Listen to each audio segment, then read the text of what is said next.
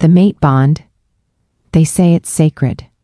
A divine thread spun by the moon herself, tying two souls together beyond reason, beyond mortality. It's supposed to be a gift, a promise of belonging, a story that ends with warmth and forever. But that's what stories always do. They lie beautifully. In truth, the mate bond doesn't promise love. It promises connection, even when the other end of the thread leads straight into ruin. For some, the bond feels like light. For others, it feels like iron. Her name was Taryn Valhart, an Omega born without a wolf. In a pack where strength defined worth, she was considered a mistake that somehow kept breathing. 23 years old, cursed by silence where a howl should have lived. And on the night she should have been cherished, her mating ceremony, the moon bound her to the one man who saw her as a flaw carved into fate, the Alpha, her fated mate, her punishment. This is not a story about love at first sight. It's about what happens when destiny becomes a sentence, and the only way to survive is to learn how to break the chains forged in your own name. Welcome back, my faithful listeners, and to those joining for the first time, you are in for a story that will burn, heal, and haunt you long after the moon fades. If you haven't yet, subscribe, because once we step into this world, there's no turning back. Tonight, beneath the sacred light of the moon, we begin with the night her alpha mate punished her until she collapsed. The moon hung swollen and pale, pouring silver light over the clearing where the pack had gathered. Hundreds of wolves, human-shaped now, filled the sacred circle, faces lit by torch fire, eyes gleaming with reverence and judgment. Every whisper stopped when Taryn Valhart stepped from the shadows. She wore white, not the joyful white of a bride, but the stark pallor of surrender. The gown clung to her thin frame, its long sleeves stitched with silver thread that shimmered like shackles. Around her throat, the ceremonial collar waited for her alpha's mark. Her father's hand rested heavy on her shoulder. "Hold your head high," he murmured, his tone sharp as a blade. "You will not shame us tonight." High, as if pride could drown out fear. Taryn's gaze drifted to the opposite side of the circle, to the man who would become her mate. Alpha Ryden Thorn, tall, mercilessly composed, eyes the color of a frozen river. The bond between them flickered, an invisible thread stretching taut, humming with a pull she hadn't asked for. He didn't move toward her, didn't even nod, only studied her as though the moon had handed him a burden wrapped in silk. Elder Marwyn's voice rose above the wind. "Under the sight of the moon goddess, we join what fate has decreed. Alpha Ryden Thorn, do you accept this Omega as your fated mate?" A pause, long enough for the air to tremble. "I accept the will of the moon," Ryden said. "Not her, just the will." Heat stung Taryn's eyes. The crowd murmured. She clasped her shaking hands before her, feeling the hollowness in her chest widen. "And you, Omega Taryn Valhart," the elder continued, "do you accept this bond?" Her voice barely carried. "I accept." The torches flared. The circle closed. Somewhere deep within her, the faint echo of a wolf she'd never found tried to howl, then fell silent. The wind thickened as the elder stepped back, leaving only two figures in the circle, one trembling, the other carved from stone. The ritual drums faded into a heartbeat-like rhythm, and every gaze fixed on them. Ryden moved at last, his boots pressed into the earth with quiet precision until he stood before her, close enough that the torchlight drew sharp edges along his jaw. The scent of pine and steel filled the air, cold, deliberate, unyielding. "Taryn Valhart," he said, voice measured but cutting through the hush. "The moon has chosen, but the moon does not see weakness. Our pack bleeds strength, and strength must be proven." A rustle swept through the crowd. Words like Omega and unworthy slithered on every tongue. Taryn's knees threatened to give way. Still, she met his gaze, a flicker of defiance in eyes rimmed with tears. "If the moon chose me," she whispered, "then let her judge me, not you." Something flickered in Ryden's expression, anger, disbelief, maybe even the smallest trace of hurt. but it vanished as quickly as it came. He reached for the ceremonial chain, thin silver links glimmering with lunar dust. With one motion, he fastened it around her wrists, binding them before the pack. "This bond," he declared, raising the chain, "will hold until you prove yourself worthy of it, until you find the voice you've never had." Gasps broke from the spectators. Some nodded in approval, others turned away. The chain pulsed faintly, alive with magic. Pain seared through her arms, but she refused to cry out. The silence was her defiance, her single act of power. Ryden released the chain, letting it fall heavy against her gown. "Then kneel," he ordered softly. She hesitated only a moment before sinking to her knees. The world narrowed to torchlight, moonlight, and the echo of her own breath. The elder spoke again, voice uncertain. "The mark must be given." Ryden's hand hovered above her shoulder, the air trembling between them. For an instant, the Alpha looked almost human, conflicted, weary. Then duty won. When his touch met her skin, the chain burned with white fire. Taryn gasped, light bursting behind her eyes. The world tilted, the crowd blurred, and as the final drumbeat thundered through the clearing, she collapsed. The sound of the drums broke apart like shattered thunder. Taryn's body crumpled, the chain slipping from her wrist to the dirt with a muted chime. The scent of iron and smoke filled her lungs. Around her, the circle erupted, voices tangled in shock, pity, and cruel satisfaction. Ryden didn't reach for her. He simply stood above the fallen figure, the glow from the moon staining his expression unreadable. The elder's chant faltered. Even the fire seemed to hesitate, its flames bowing lower. "Carry her," someone murmured. "She cannot stand." But no one moved, not until a young sentry stepped forward, gathering her with trembling hands. As he lifted her, the chain flickered again, its magic still alive, pulsing in rhythm with her faint heartbeat. Ryden turned away, voice clipped and cold. "Let the healer tend her wounds. At dawn she will be judged." The crowd parted. The path to the hall opened like a wound through the night. Taryn's head lolled against the guard's shoulder. Through the haze of pain, one thought remained. If this is what fate looks like, then fate must be broken. The moon above dimmed behind drifting clouds, and the clearing fell silent.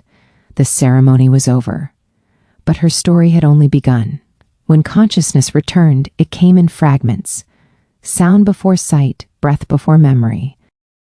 A slow, rhythmic dripping filled the air, each drop echoing like a ticking clock. Taryn's eyelids fluttered open to a dim stone ceiling crossed with beams of pale morning light. Her wrists burned where the silver chain had touched her. The marks looked faintly luminous, as though the moon herself had branded them. She tried to move, but her body refused. The simple act of breathing sent pain rolling through her ribs. Her gown, once white, was torn and grayed by dirt. The scent of crushed herbs lingered, the unmistakable smell of healing salve. Someone had tended her, though not gently. The door creaked. A young healer entered, arms full of bandages and bowls of steaming water. He paused when he saw her eyes open. "You're awake," he whispered, surprised. "You shouldn't be—" Taryn's lips were dry. "Where am I?" "The lower chamber," he answered, setting the bowls down. "The Alpha ordered you kept here until sunrise." Sunrise. She remembered his words. At dawn, she will be judged. Her stomach tightened. The healer glanced toward the narrow window where light filtered through the bars. "He told me to keep you alive," he added, voice uneasy. "I'll fetch water. Don't try to rise yet." When he left, silence swallowed the room again. Only the dripping water in her shallow breaths remained. The door opened a second time, hours later. This time, the steps that entered were heavier, deliberate. Ryden Thorne. He filled the doorway, tall against the dim light, cloak dusted with frost from the morning air. His expression revealed nothing, not guilt, not regret, only the stern composure expected of an Alpha. Taryn pushed herself upright, every muscle screaming protest. She wouldn't meet his eyes, not yet. He stopped a few feet away. "You should not have collapsed," he said. Her laugh came out as a rasp. "I'll try to die more gracefully next time." A flicker crossed his face, irritation, perhaps surprise. But he said nothing. He studied the glowing marks on her wrists instead. The chain reacted. No one expected that. "You chained me before your entire pack," she whispered. "You wanted them to see me break." Ryden's gaze stayed fixed on the faint light. The ceremony demanded proof of strength. "You gave them silence." Silence. The word twisted in her chest. "You think silence is weakness," she said, "but it's the only weapon you've left me." He looked up then, and for the first time she saw the shadow behind his eyes, something raw, buried deep. It lasted only a breath before the mask returned. "The healer will bring food," he said. "You'll stand before the council at noon, decide how you'll face them." He turned to leave. "Alpha," she said softly. He paused. "Why me?" "You could have rejected the bond. For a heartbeat, the air between them seemed to crackle." His hand tightened on the doorframe. "Because some fates can't be refused." Then he was gone. When the room quieted again, Taryn pressed her palms against the mattress and forced herself to stand. Her legs shook but held. Each breath steadied her resolve. Through the barred window, she could see the forest, a sweep of frost-tipped pines, and far beyond them, the silver disk of the morning moon still visible against the daylight. She lifted her marked wrists toward the light. The glow pulsed faintly, almost as if answering her heartbeat. A whisper filled her head, not words, just the faint echo of something long forgotten. Her wolf?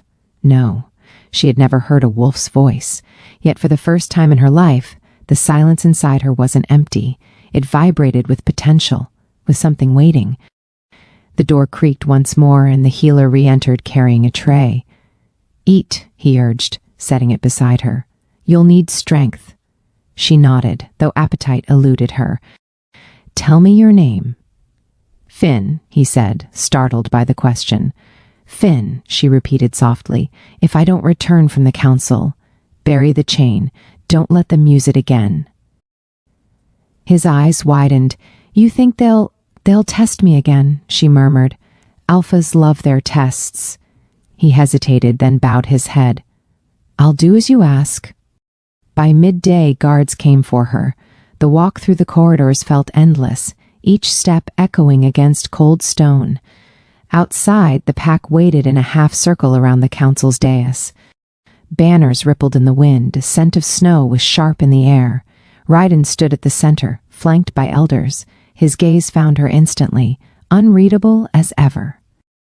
Elder Marwyn raised a hand for silence. "Omega Terran Valhart," he began. "Last night's ceremony ended in failure.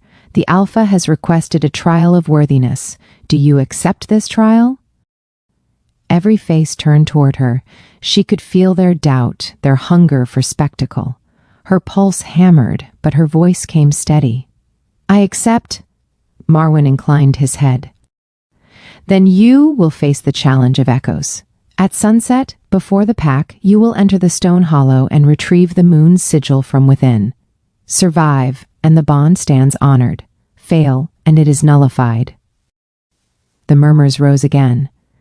The hollow was a labyrinth. Few returned untouched. Taryn's gaze lifted to Ryden. He gave no reaction, though his jaw tightened.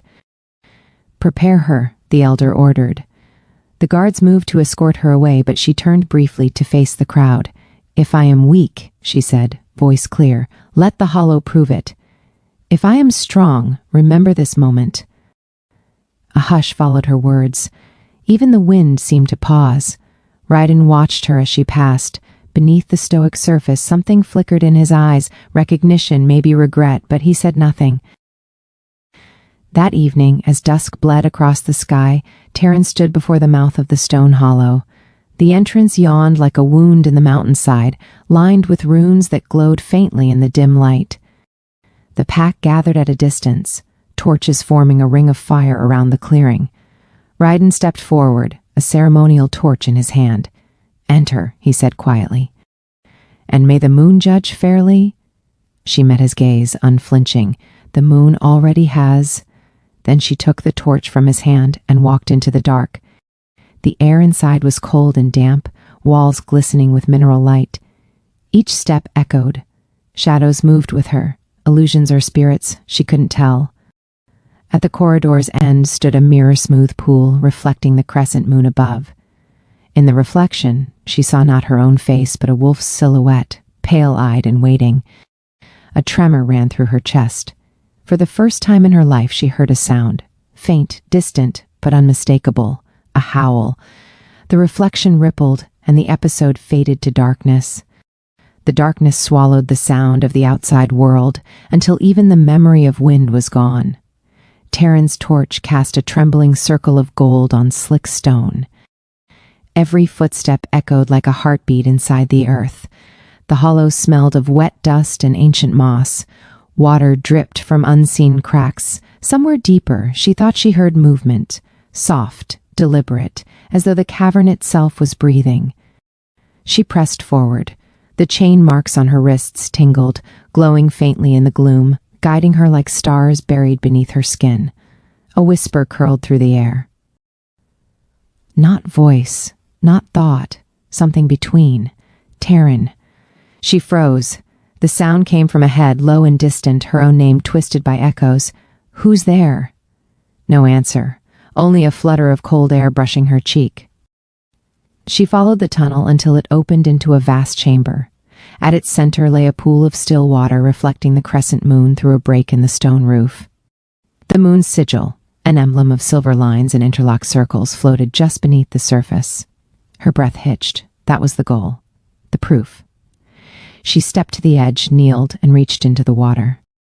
The instant her fingers touched it, the reflection shifted. Ripples twisted into an image, her standing in the circle, chained, Ryden's expression unreadable as she fell. The whisper returned, clearer now. Strength is not born from what you endure, but from what you become after. Light flared around the sigil. It rose slowly, dripping silver water, and settled against her palm. Pain surged through her body, not cruel, but cleansing. The faint glow on her wrists flared, then faded into simple scars. When the light dimmed, the sigil was gone, leaving only a faint shimmer where it had rested. The path behind her brightened. The hollow had accepted her. She turned toward the exit, heart pounding. Somewhere above, the pack would be waiting. And so would he. Dusk had fallen by the time she emerged. The cold air stung her skin, but she lifted her chin as the crowd parted in silence. Ryden stood at the front, cloak swept by the wind. His eyes searched her face, perhaps expecting defeat. Instead, he found calm defiance. Elder Marwyn stepped forward. "Did you retrieve the moon's sigil?" Taryn opened her hand. A faint trace of silver dust still shimmered on her palm. The hollow gave its answer. The elder bowed slightly. "Then the trial is complete." Murmurs broke through the crowd. Some voices held awe, others disbelief. Ryden's tone cut through them all. "The bond remains," he said, but his gaze did not leave her. "Yet strength untested breeds arrogance. Tomorrow you will stand before the pack and declare your purpose as Luna." A tremor of surprise rippled through the gathering. To grant her that title, even conditionally, was unheard of after such disgrace. Taryn met his stare. "And if I refuse," his voice was quiet, "then I release you from the bond." The words struck harder than she expected. Freedom. The one thing she thought she wanted, and yet the idea hollowed her chest. Elder Marwyn turned toward the pack. "The moon has spoken. The alpha's mate stands proven." The ceremony broke. Wolves shifted back to human form, bowing in uneasy respect. Ryden moved closer, stopping beside her. "You forced my counsel's hand," he murmured. "They believe the bond may strengthen the pack. I gave them my word to test that faith once more." "So tomorrow decides everything," she said. "Yes." His eyes lingered a heartbeat longer than they should have. "Prepare yourself." He left before she could answer. That night, Taryn sat beside the hearth in her assigned chamber within the main hall. The firelight painted shifting patterns across the stone floor. The healer, Finn, stood nearby, arranging salves and cloths. "You survived the hollow," he said, astonished. "No one expected." "Most people don't expect what they can't understand," she replied. He smiled faintly. "The pack is unsettled. Some see you as a sign of blessing. Others call it trickery." Let them talk, she murmured. The moon doesn't argue. Outside, a horn sounded, the signal of an alpha's summons. Finn bowed quickly and withdrew, leaving her alone with the crackling of the fire. Moments later, Ryden entered. He wore no cloak now, only the black insignia of leadership across his shoulder. The marks of fatigue framed his eyes. "You should rest," she said. He ignored the suggestion. "Tomorrow, before the pack, you will speak your vow.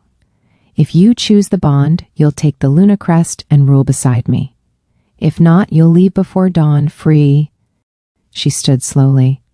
"And which would you prefer, Alpha?" He hesitated. "What I prefer is irrelevant. It shouldn't be," she answered. "You made a spectacle of me to prove your strength. You chained me to your authority. Now you ask me to stand beside you as equal. Why?"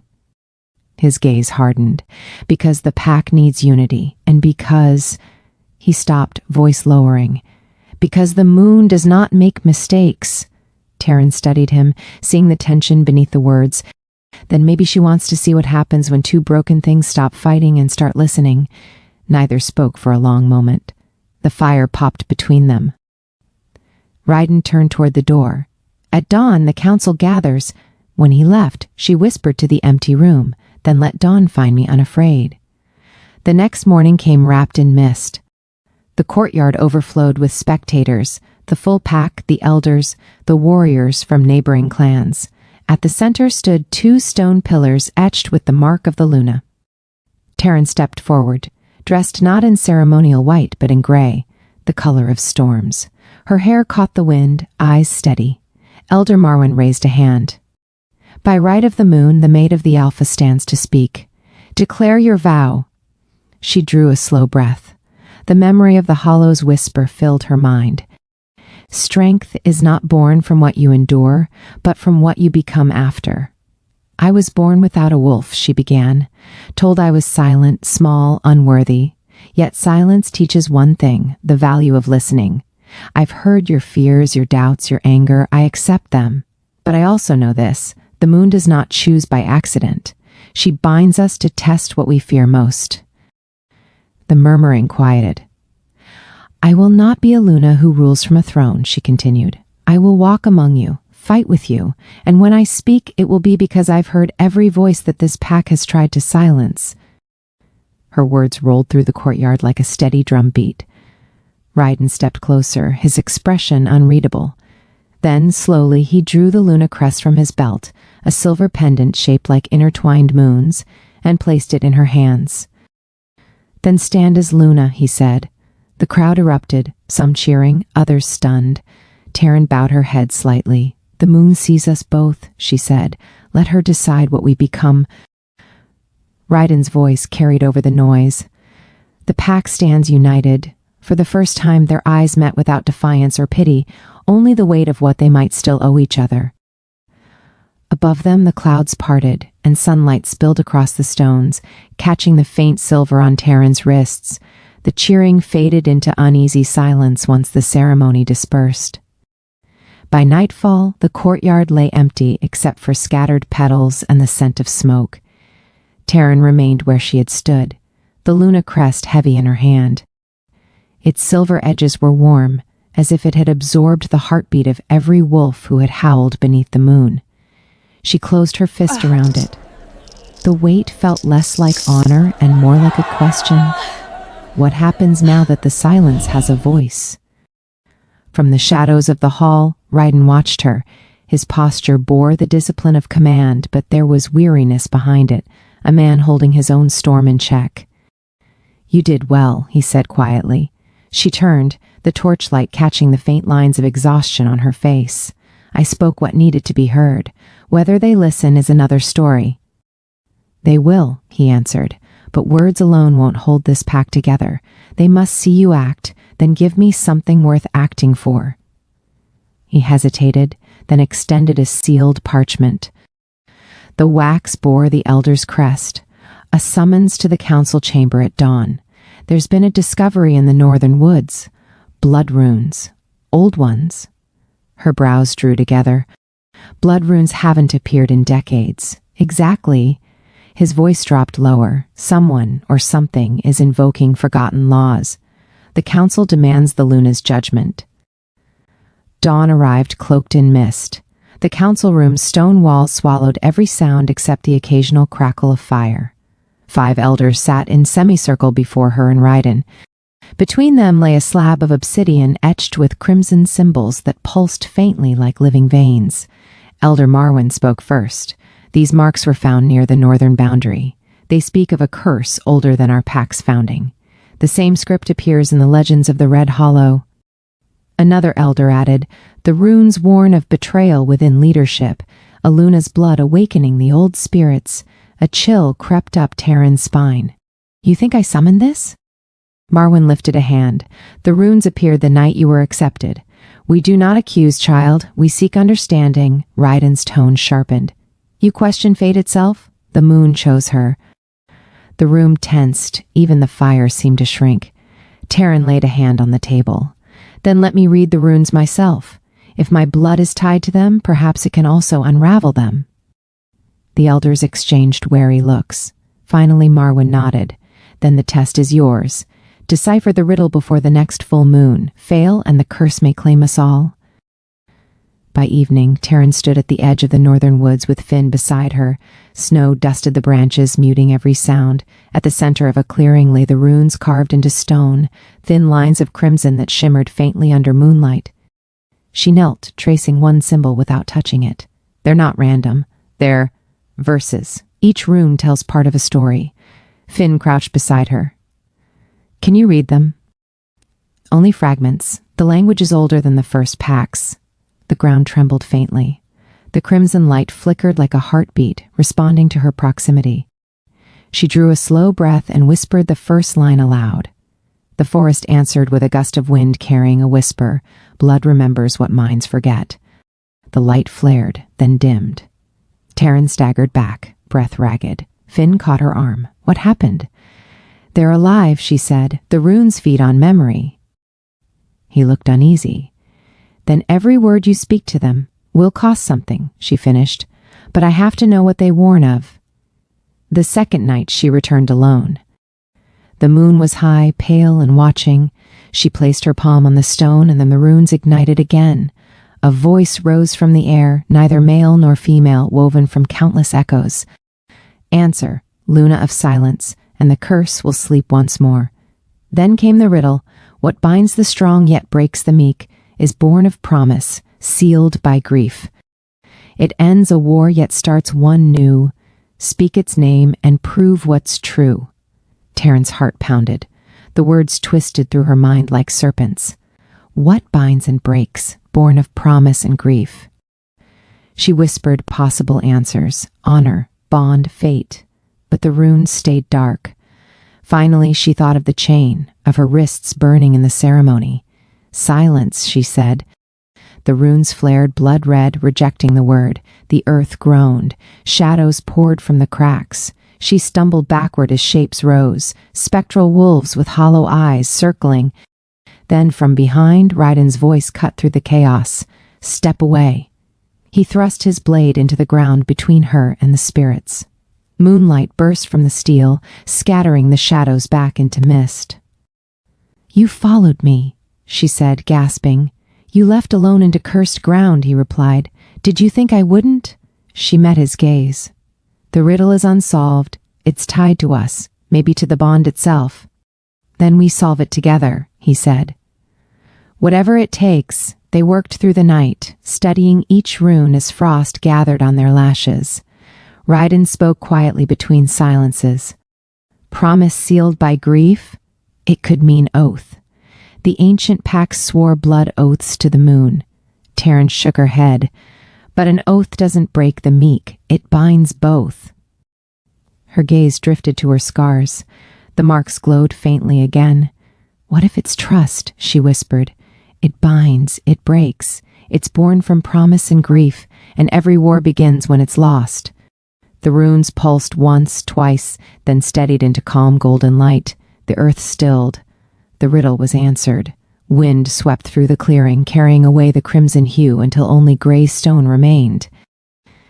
In the hush that followed, Ryden exhaled. tension leaving his shoulders. "The curse is sealed," he said. "You've done what none of us could." Taryn touched the stone. "No," she murmured. "We did it.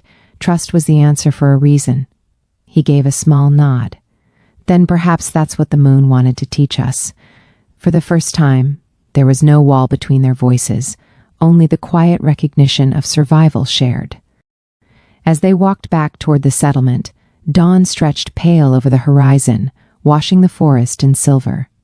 Behind them, the runes faded completely, leaving only faint carvings that looked like scars in the stone, reminders of what had been healed. The air in the settlement carried a different stillness that morning, the kind that comes after a storm but before anyone dares to hope it's truly over. Taryn stood at the balcony of the Luna's quarters, overlooking the waking village. Smoke curled from hearths, and wolves in human form moved through the courtyards with cautious rhythm. Some nodded toward her. Others lowered their eyes, uncertain whether to bow. Below, the training field glistened with dew. Raiden's soldiers practiced formations under the command of Captain Breck, their movements sharp, disciplined. Yet beneath their strength, Taryn sensed unease, a lingering echo of the night's events. The blood runes were gone, but the memory of that crimson light had carved itself into every mind. A soft knock sounded. "Enter," she said. Finn stepped in, carrying a tray of parchment scrolls and reports. "From the border outposts," he explained. "Patrols say the forest has gone quiet since the runes faded. Too quiet." She took the reports, scanning the ink-stained notes. "Nature doesn't go silent without reason." "Should I alert the Alpha?" "Not yet," she said. "Let me read everything first. The last thing we need is panic." Finn hesitated at the door. "The Council expects your presence at midday. They want to discuss the new trade routes and the next full moon." Her pulse faltered for half a heartbeat.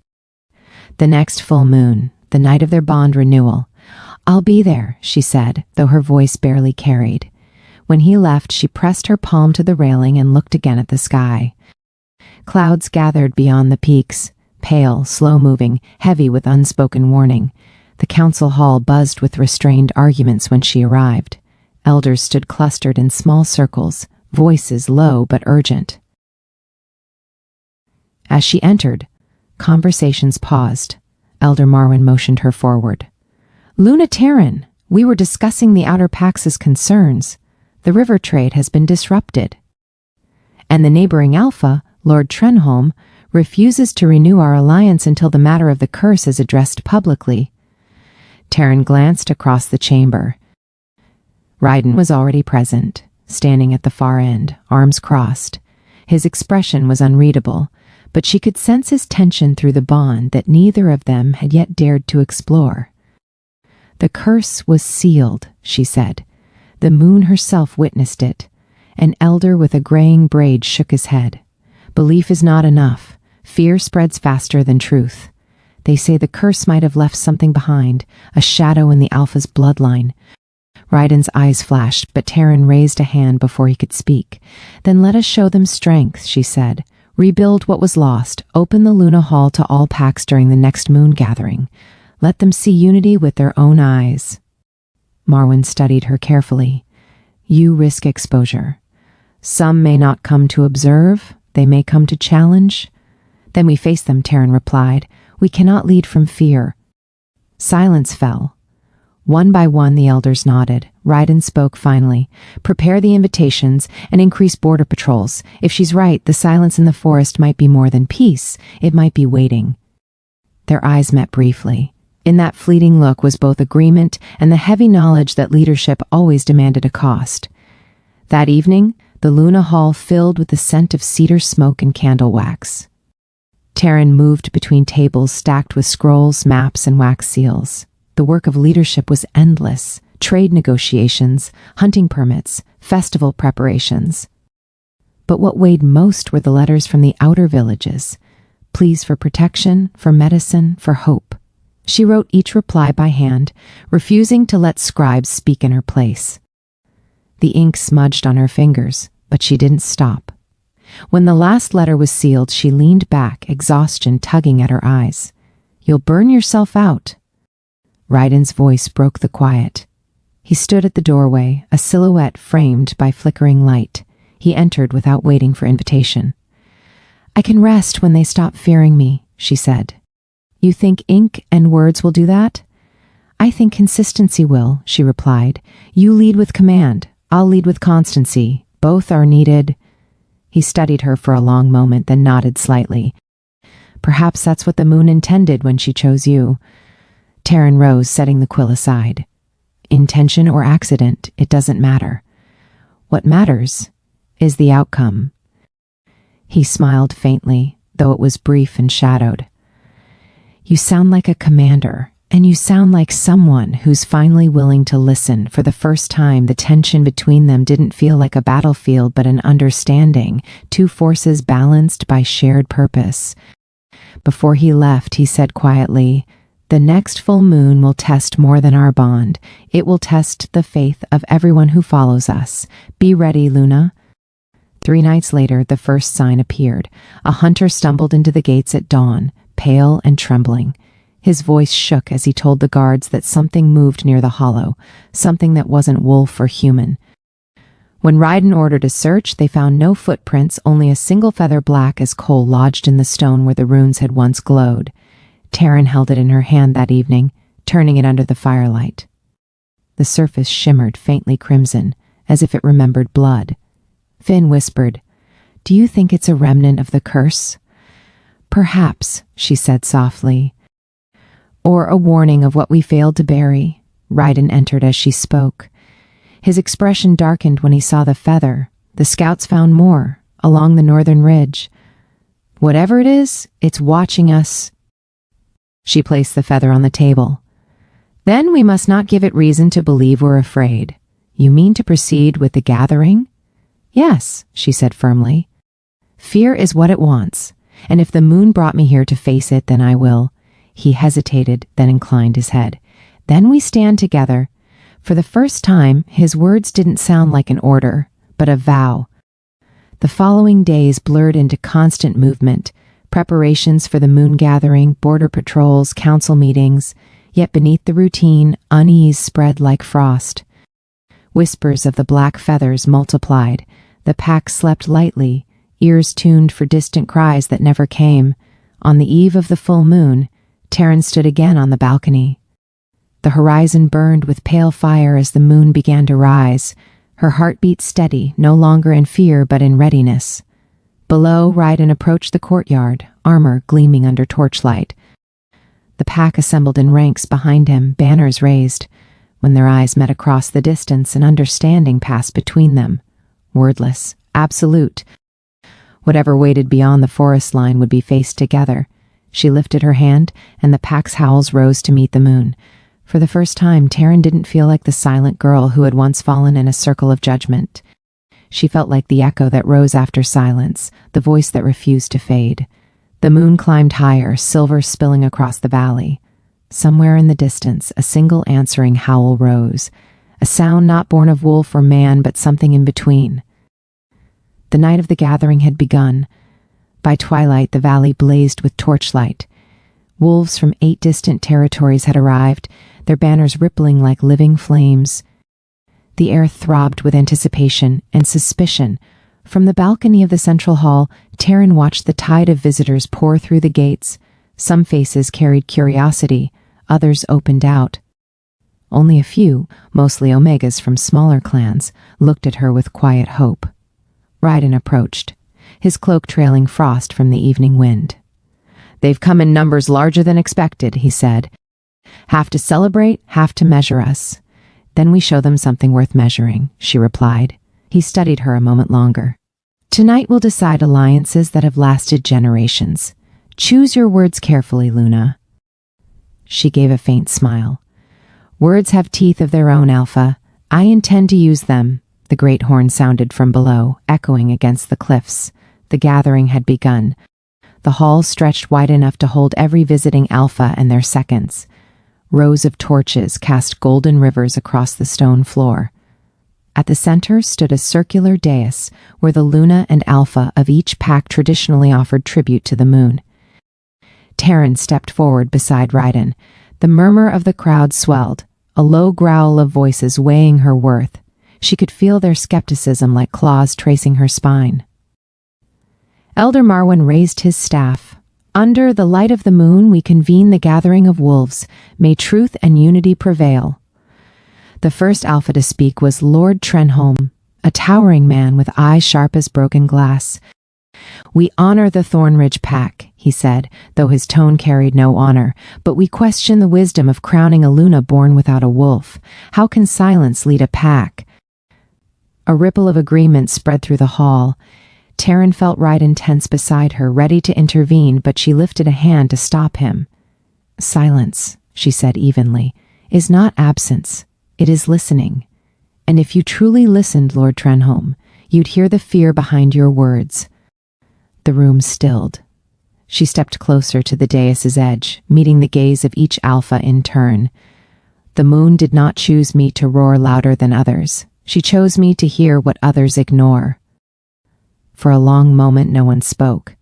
Then an elderly Luna from the western pack rose. Well said, child, she murmured. Perhaps the moon grows tired of endless growls. Laughter flickered through the hall, soft, genuine, easing the tension. Ryden's eyes met hers, a silent acknowledgement. She had turned judgment into respect. When the speeches ended, the long tables filled with roasted game, fruit, and steaming bread. The clamor of talk replaced the earlier stiffness. Taryn moved among the guests, exchanging formal greetings, listening more than she spoke.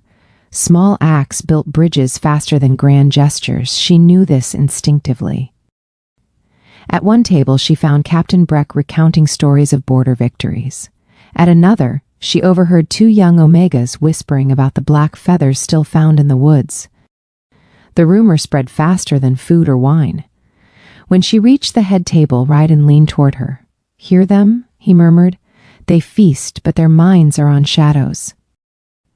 I hear, she replied, which means someone wants the fear kept alive.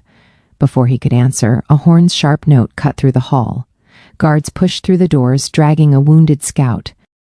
Blood streaked his arm, his eyes were wide with terror. Speak, Ryden commanded. The scout gasped. The northern ridge lit again. Red symbols glowing, and voices. The hall erupted. Alphas shouted, chairs scraped, panic crackled like lightning. Taryn's voice rose above it all, clear and steady. Enough, the crowd quieted. She turned to Ryden. If the runes have returned, the gathering stays. We end this together or not at all, several elders protested, but she did not waver. You came to test our strength, now see it. Ryden nodded slowly. Prepare the guard, we move by midnight. Moonlight flooded the valley as they marched toward the ridge. The visiting alphas followed, curiosity replacing arrogance. The further they climbed, the quieter the night became, until even the owls had gone silent. At the ridge's summit, the stone altar that once bore the curse glowed faintly once more. But this time, the light was black-red, pulsing slower, as if something beneath the ground were breathing. Finn whispered, It's changing. Taryn stepped forward, palm raised. No one touch it. Ryden moved beside her. If it's the same magic, it should fade. It isn't, she said. The glow brightened under her voice. Then, as if recognizing her, the light coalesced into words along the rock's surface. A new message written in bleeding script. The blood of unity shall pay its price. The ground shuddered. Cracks spidered through the stone. The visiting wolves staggered back as faint red mist rose from the fissures. Ryden barked orders, forming defensive lines. Taryn's pulse hammered, but her mind remained sharp. It feeds on fear, she called. Stand firm. She closed her eyes, drawing on the echo of the hollow's voice still etched in her memory. Strength is not what you endure, but what you become after. She spoke aloud, voice ringing over the trembling earth. We became more than fear. We became one. The mist faltered. The runes dimmed. Light flared from the Luna crest at her throat, flooding the ridge with silver brilliance. When it faded, the stone lay cracked but dormant. The message erased. A stunned silence followed. Then, slowly, the visiting wolves knelt, heads bowed. One by one they howled, not in defiance, but in unity. By dawn, the ridge was calm again. The delegation returned to the settlement weary but changed. For the first time, none looked at Taryn with doubt. Respect had replaced suspicion. At the courtyard center, Elder Marwin addressed the assembly. The curse sought division, he declared, but the Luna turned fear into unity. Let all packs bear witness. This bond is our strength. Ryden stepped forward beside her, voice steady. You came questioning our worth. Leave knowing that the moon does not err. The Thornridge pack stands whole. Applause and howls echoed through the valley, rolling like thunder against the mountains. As the crowd dispersed, Taryn looked toward the horizon where the sun climbed through morning fog. It's over, she whispered. Ryden answered quietly, for now. She glanced at him. You think it will return? Every curse leaves an echo, he said, but so does every act of courage. They stood in silence for a long moment, watching the light spill across the valley, their valley, reborn under the dawn. Taryn felt the Luna crest grow warm against her skin, pulsing gently with her heartbeat. Not a chain, not a mark of burden anymore, but a reminder of what had been earned. And though the forest beyond remained still, she sensed that the silence was no longer threatening. It was waiting, as if the moon herself held her breath to see what kind of leaders they would become. Days passed, and the valley rested in a calm that felt borrowed rather than earned. The packs departed one by one, leaving behind gifts and vows of alliance. Only the Thornridge wolves remained, rebuilding what had been shaken. Taryn spent her mornings among the villagers, walking the training fields, listening to their fears and small joys. Wherever she went, heads bowed with respect, yet she sensed something unspoken beneath their gratitude, a nervous expectancy, as if the air itself waited for another storm. Ryden had withdrawn into long hours of patrol. Each night he returned later, his eyes shadowed, movements sharper than before. The guards whispered that he no longer slept, that the forests near the ridge echoed with strange howls when he patrolled alone. When Taryn confronted him one evening, she found him in the war room tracing patterns on a map, the lines uneven beneath his hand. You're exhausted, she said quietly. He didn't look up. I can't rest. The northern woods call every night. Something moves there, something I can feel through the bond. What kind of something? He hesitated, voice roughened. My other half, the way he said it made the candlelight flicker. That night, sleep refused Taryn as well. She lay in the Luna chambers listening to the wind press against the shutters. Then, faintly, she heard it. A low growl carried on the breeze, too distant to be natural, too close to ignore. She rose, wrapped herself in a cloak, and followed the sound beyond the gates. Frost silvered the ground. Her breath made small ghosts in the air. The path led to the ridge. There she found tracks, huge, deep, clawed, burned faintly into the soil as if scorched by moonlight. They led toward the forest. Taryn... She turned. Ryden emerged from the trees, eyes gleaming with a strange pale light. His voice was strained. You shouldn't have come. Then tell me what hunts out here. He looked away. Not what, who. The curse never left. It burrowed inside me when the first runes appeared. Every full moon it claws to the surface. I thought I could contain it, but the unity ritual awakened it again. Her heartbeat quickened. You mean the beast the legend spoke of, the one that destroyed the first alpha line? He nodded once. The same. It lives beneath my skin. When the moon rises high, it takes my will. The confession hung between them like frost. Then we face it, she said. Together. His jaw tightened. If it breaks free, there may be no together left. The next night, the moon climbed full once more. The pack gathered for the renewal ritual at the edge of the forest, but Ryden was absent. When the first howl echoed through the valley, a sound too deep to be human, the ceremony stopped. Taryn ran toward the ridge with Finn close behind. They found Ryden on his knees in the clearing, breath ragged, skin streaked with light that shimmered beneath the flesh. His eyes glowed silver white, veins tracing luminescent patterns down his arms. "Stay back," he gasped. She didn't. She knelt before him, gripping his shoulders. "Fight it. It's stronger than before. Then let it hear me," she said, voice rising with the wind. "I am Luna of this pack. You are not its monster. You are its alpha. The curse ends tonight." The beast within him roared, a sound that shook the trees. For an instant his form blurred, half shadow, half flesh, the air cracked with the scent of ozone and blood memory. Taryn held firm. The marks on her wrists began to glow, answering the light in his veins. Silver met silver, bond meeting bond. Pain ripped through her, but she refused to break. Raiden shouted, a sound torn between agony and release. Then the light burst outward, blinding. When it faded, he collapsed into her arms, breathing hard but human again. The forest fell silent except for the distant cry of an owl. Finn stared in awe. "What did you do?" Taryn shook her head. "I reminded the beast who he belonged to." By dawn, Raiden slept for the first time in weeks. Taryn sat by the hearth watching the light return to his face. The healers came and went quietly, unsure what to call what they'd witnessed. When he woke, his voice was rough. "I saw it. The first alpha, bound by the moon, cursed to guard the power we use today. Every heir carries a piece of that curse. It's why the moon chose a Luna like you, someone untouched by the wolf's hunger." She frowned. "Untouched or unworthy?" "Unburdened," he corrected. "You broke what bloodlines couldn't. The silence in you isn't absence, it's balance." Outside, horns signaled the new day. The pack gathered in the square waiting for word. Taryn helped him stand. "They need to know the truth," she said. "But not the fear." Together they faced the waiting wolves.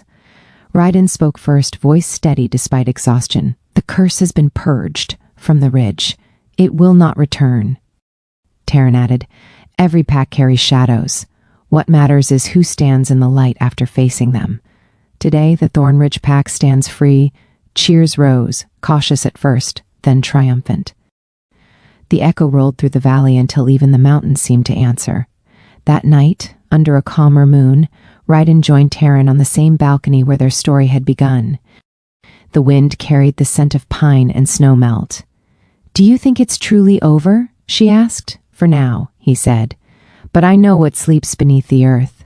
If the beast stirs again, I'll face it before it reaches the pack." "You won't face it alone," she replied. He looked at her then, the faint silver still flickering in his irises. "You'd risk that?" "I already have," she said simply. "Every day I lead is a risk. But unity isn't built on safety, it's built on trust." He exhaled, the tension finally leaving his frame. "Then trust will be our shield." Below them, the pack howled once more, not in fear, but in promise. Their voices rose to the stars, and for the first time in generations, no echo of curse answered back. Taryn leaned against the railing, eyes on the moon now calm and whole above the mountains. The bond between them pulsed faintly, no longer a chain or burden, but a quiet heartbeat of shared purpose. Somewhere deep in the forest, the last remnant of the beast stirred once, then went still. Not defeated, but watching. The moon watched too. And in her light, the Thornridge pack began a new chapter, stronger for its scars, united by what it had survived. For a time, Thornridge breathed easier. The nights came without tremors, the forest whispered ordinary things again, whined through pine, the call of deer, the distant rush of rivers freed from winter. Taryn walked the boundary paths each morning, inspecting the watchtowers and speaking with guards. The wolves she passed bowed with genuine respect now, not obligation. Yet beneath the peace she felt the hum of something unsaid, like a string pulled too tight. Rumors had begun drifting from the borders. A neighboring Alpha, Lord Trenholm, the same who had doubted her at the gathering, was massing scouts along the trade roads. His envoys claimed they sought protection from lingering spirits. His soldiers carried spears tipped with silver. That afternoon, Finn brought news to the Luna Hall. "Their patrols have crossed into neutral ground. Our traders were turned back." Raiden stood beside the table, tracing the map with one calloused finger. He tests how far he can go before we respond. Taryn folded her arms. Then we answer before he decides our silence means weakness. You'd risk war? Finn asked softly. No, she said. I'll risk honesty. The council assembled before dusk. Candles burned low, throwing long shadows across the stone chamber. Elder Marwyn's voice carried weariness. The Thornridge pack has just survived a curse. We cannot afford open conflict, and we can't appear afraid, Raiden countered. If Trenholm gains the northern roads, he cuts our trade and isolates the mountain clans. All eyes turned to Taryn. She met them steadily. Send me as envoy. I'll speak to him directly. A murmur rippled through the elders. Aluna doesn't walk into another Alpha's den, one warned. Then it will be the first time she does, she replied. If I go, he'll see we seek alliance, not dominance. Raiden's brow furrowed. You'd walk into his camp without guard? I'll take 2, she said. Enough to show respect, not threat. He held her gaze a moment longer, understanding both the risk and her resolve. Then go at dawn, he said quietly, and come back to me by nightfall. The road to Trenholm's territory wound through frost-capped hills. The air smelled of rain and distant firewood. Taryn rode ahead with Finn and a single scout. No banners, no display, only the Luna crest at her throat glinting under the pale sun. By midday, they reached the ridge where Trenholm's sentries waited. Spears lowered until one guard recognized the crest. The Luna of Thornridge seeks audience, she announced. The soldiers exchanged glances, then led them to a stone camp set against a sheer cliff. Wolves in armor moved everywhere, disciplined but tense. At the center stood Lord Trenholm. His dark coat swept behind him like wings. His eyes were calculating, not cruel. So the silent Luna speaks, he said. To what do I owe the honor? Taryn dismounted slowly. To peace, she answered. You've crossed neutral ground. That cannot continue. He smiled faintly. I protect my borders. By advancing them? She asked. Our packs thrive when trade flows. You cut that, you bleed us both. Trenholm studied her for a moment. You speak with courage. But courage won't stop prophecy. My seers claim the curse that tainted your alpha still lingers. When it rises again, the valley falls. I secure my people first. Taryn's pulse tightened. Then let your seers witness the truth. The curse sleeps. He looked toward the mountains. Perhaps, but I've seen too many promises turn to ash. Their eyes met, leader to leader, distrust balanced by reluctant respect. I'll withdraw my patrols, he said finally. If you can prove the beast no longer breathes within your alpha's blood, and how would you have me prove that? His smile was slow. By the trial of moons. At the next full moon, your alpha stands before the allied packs and lets the moon's light judge him. If he's pure, the light will bless him. If not... He didn't finish. He didn't have to. Taryn inclined her head. Then we'll see you under the next full moon. Night had fallen by the time she returned to Thornridge. The fires along the walls burned bright, sentries calling greetings that quickly turned to questions when they saw her expression. In the war room, Raiden waited. He rose as she entered. What happened? She told him everything. The council, gathered again in haste, erupted in argument. Outrageous! He seeks to humiliate us. It's a trap. Raiden raised a hand for silence. Enough.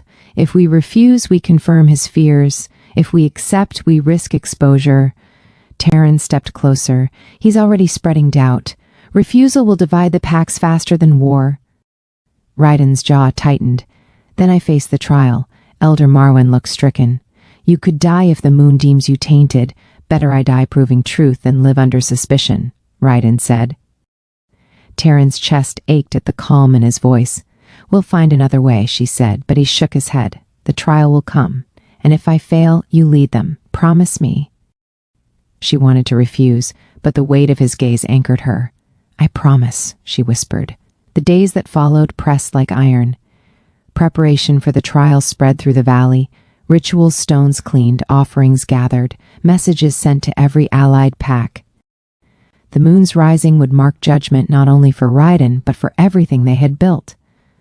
Taryn threw herself into planning, directing guards, instructing healers, ensuring no detail could be twisted as weakness. Yet when night came, she stood alone on the balcony, watching clouds drift across the sky. Finn approached quietly. "You don't believe he'll fail," he said. "No," she answered, "but belief and fear share the same heartbeat." Below them, Raiden trained with the warriors. Movements fierce and precise. The silver lines that had once marred his skin no longer glowed, but in the moonlight she could almost see them like memories beneath the surface. When he looked up, their eyes met across the courtyard. No words passed, yet she felt what he asked. "Will you stand with me when the light falls?" She nodded once. On the eve of the full moon, storms gathered above the mountains. Lightning flashed in silence, illuminating the ridge where the trial would take place. Taryn and Raiden walked the path together, neither speaking. When they reached the crest, the old altar waited, cleansed of runes but etched forever by memory. He touched the stone. "If the moon condemns me, let them remember you freed this pack." She placed her hand over his. "If the moon condemns you, she condemns me. We stand or fall together." Thunder rolled, distant yet heavy with meaning. Below, the valley lights flickered, like stars fallen to earth. Taryn felt the wind tug at her cloak and thought of the silence she'd once feared, how it had become her greatest weapon. Tomorrow, that silence would speak again, louder than any roar. The clouds swallowed the moon, leaving only the whisper of wind and the promise of judgment waiting in the dark. The storm broke just before dawn. Rain swept through the valley, cleansing the scent of fear and dust from the air. By twilight, the clouds had parted, and the full moon climbed over the mountain peaks, vast and bright, an eye of judgment watching all. The Thornridge pack gathered at the sacred ridge, torches circling the ancient altar. Wolves from every allied pack stood in hushed ranks, their banners fluttering like ghostly wings. The atmosphere pulsed with tension and awe. Even the wind held its breath. Taryn stood beside Raiden at the center. She wore her Luna crest, its silver dull under the pale light, and held the ceremonial dagger used only in oaths of truth. Elder Marwan's voice carried across the assembly. "Under the light of the moon we call the trial of redemption. Let the Alpha of Thornridge stand before her gaze and prove his blood untainted." Raiden stepped forward, shoulders squared, eyes reflecting both the moonlight and the quiet fire of resolve. The whispering crowd fell silent. Taryn's heart thudded in her chest, every beat echoing the rhythm of the drums that began to sound. Slow, measured, ancient. He looked back at her once, his expression unreadable but calm. That single glance held everything unsaid. "Trust me." When the drums ceased, Raiden knelt upon the altar's stone. A pale beam of moonlight struck him directly, pure and blinding. The air thickened with power. The elders began to chant the invocation of purity, an old ritual that revealed hidden truths through lunar energy. The crowd waited, breathless. At first, nothing happened. Then faint lines of light began tracing across Raiden's skin, silver runes like those that had once cursed him. They shimmered, pulsing in time with his heartbeat. Gasps rose from the assembly. Taryn's hands clenched. She knew those marks. They were the same symbols that had burned into his veins when the beast had nearly consumed him. Elder Marwan's chant wavered. "If he is pure, the marks will fade. If not..." He didn't finish, for the runes began to twist. Silver turned red. The crowd erupted into alarm. Some wolves drew back, others growled low, fear overtaking discipline. The ground trembled beneath them. Raiden's jaw tightened, every muscle trembling with effort. "It's not the curse," he managed through gritted teeth. "It's resisting the moon's call." Taryn stepped forward despite Marwan's warning cry. She raised her voice over the chaos. "Then let the moon hear mine." The chanting stopped. All eyes turned to her as she lifted the ceremonial dagger, slicing her palm across its edge. Her blood fell onto the altar, mingling with the moonlight. "Luna, if he carries shadow, then let it touch me too," she said. "If his heart is dark, let mine darken with it." The moment her blood touched the stone, the red glow faltered, as if startled. The runes flickered. shifting back toward silver. Ryden's breathing steadied. The trembling ceased. Then the moonlight blazed, brighter than ever before, flooding the clearing with white fire. When it dimmed, the runes were gone. Silence followed, vast, absolute. Then Elder Marwyn raised his staff. The moon has spoken. The Alpha of Thornridge stands cleansed. A roar of approval erupted from the packs. Wolves lifted their heads and howled, their voices echoing through the mountains. Taryn exhaled, the tension draining from her limbs. Ryden rose slowly, his expression both weary and defiant. He turned to face the assembly, voice carrying over the noise. "The curse is broken," he declared. "Let no wolf use it as a weapon again." Lord Trenholm, who had stood watching near the edge of the circle, stepped forward. His expression was unreadable, but when he spoke, it held reluctant respect. "The moon has made her judgment," he said. "Thornridge stands. I withdraw my patrols and my doubts." Ryden nodded. "Then let peace bind us stronger than fear ever did." The crowd howled again, and for the first time since the curse began, the sound felt whole. Taryn's knees nearly buckled from relief. Finn caught her elbow, whispering, "It's over, Luna." But in her chest, something told her it wasn't. That night, after the crowds dispersed and celebration filled the valley, Taryn stood alone at the altar, where the moonlight still lingered faintly. The blood she had spilled had vanished, absorbed into the stone, yet faint traces of color, dark crimson and deep silver, swirled where it had fallen. "Beautiful, isn't it?" came a voice from behind. She turned. It was Elder Marwyn. "The moon's judgment," she said softly. "I should be grateful, but I can't shake the feeling that something was incomplete." He joined her at the edge of the stone, because it was. The light purged the curse, yes, but it also awakened what lay dormant beneath. "You felt it too." She looked up sharply. Beneath? Marwyn's eyes reflected the moon's cold glow. The runes were never just a curse, they were a seal. And when the moon's power struck tonight, it didn't destroy that seal, it shattered it. Taryn's heart dropped.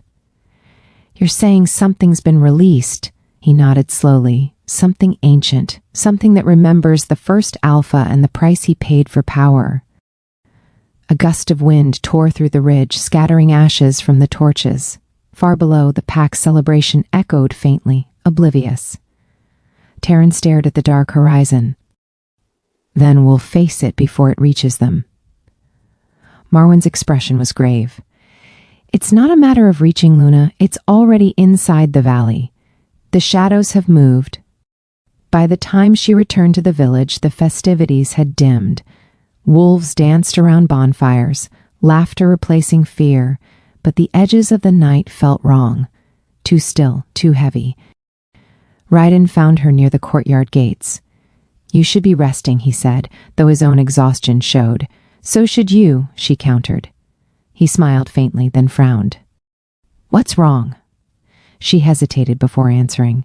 "The trial freed you, but it may have freed something else too." He stiffened. "Marwyn told you?" He confirmed what I already felt. "The light cleansed, but it didn't seal. Whatever the runes held, it's loose." Ryden's gaze shifted toward the northern ridge. "Then the trial wasn't the end." "No," she said. "It was the beginning of the next." The wind rose, carrying with it a faint, distant howl, low and unfamiliar. Not wolf, not human, something in between. The flames of the nearest torch sputtered, flaring blue before steadying again. Taryn whispered, "The moon gave us mercy tonight." But mercy often comes before warning. Ryden's hand closed around the hilt of his blade. "Then we prepare for what's coming." She nodded. Together, they stood side by side, the moon high above them, bright but no longer serene, its light colder now, its gaze sharper. In the forest beyond the walls, shadows stirred once more, their whispers threading through the trees, like promises waiting to be kept. The valley slept under a pale, uncertain moon. The celebration fires had burned down to embers, and the laughter that once filled the air was replaced by a heavy, almost tangible silence. Taryn stood alone by the watchtower, cloak drawn tight against the chill. Below her, Thornridge seemed peaceful, But the silence felt wrong, not calm, but watchful. Even the forest refused to sing. Finn approached quietly, his boots crunching on frost. The sentries report strange movement along the ridge. No wolves, no humans, just shapes. Taryn's pulse quickened. Have the scouts return. No one goes out until dawn. Yes, Luna. As he turned to leave, a low tremor rippled through the ground beneath them, subtle but deep, as though something vast had shifted beneath the soil. The torches lining the wall flickered, and one by one, they went out. Taryn looked up toward the mountain peaks.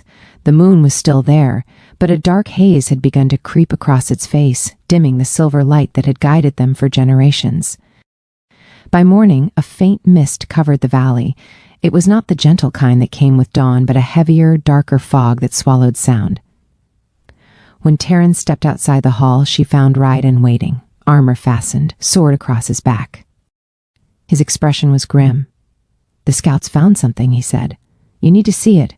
They rode together to the northern ridge, where the ground still bore scars from the curse's last awakening. There, at the base of the altar, symbols had begun to reappear, not carved, but grown, as if the stone itself bled light. Finn knelt near them. They appeared overnight, the same runes from before, but different, stronger. Taryn's breath misted. They're feeding on the moon's shadow. Ryden's eyes darkened. Marwyn was right.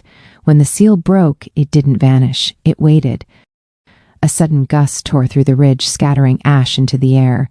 The runes pulsed once, and the mist thickened until the valley below vanished from sight. And then came the sound, a deep, mournful cry echoing through the mountains. It wasn't wolf. It wasn't human. It was the sound of something that remembered both. The pack convened in the council hall before dusk. Panic rippled through the ranks as word of the runes spread. Elders whispered of ancient prophecies, warriors argued for evacuation, and fear hung like smoke. Ryden slammed his palm against the table. Enough! Running won't save us. Whatever this is, it was born from our own lands. If we flee, it follows. Taryn stepped forward, voice steady. Then we end it where it began. The crowd quieted. Her gaze swept across them, finding strength in the eyes that met hers. We survived judgment, betrayal, and the curse itself. This, she gestured toward the mountains, is the echo of all those trials, and echoes only fade when met with sound louder than their own. Finn rose. What do you need from us, Luna? She turned to Ryden. Every warrior who can stand. We form 2 circles, one around the ridge, one at the village edge. If the shadow rises, we contain it between light and will. Marwyn, who had been silent until now, lifted his staff. I'll prepare the binding runes, but understand, this will not be like before. The moon's favor wavers. You will need more than courage. Taryn met his gaze. Then we give her reason to look our way again. Night fell quickly, swallowing the valley in gray darkness. The 2 circles formed, warriors stationed shoulder to shoulder, their torches glowing faintly in the fog. Taryn stood within the inner circle beside Ryden.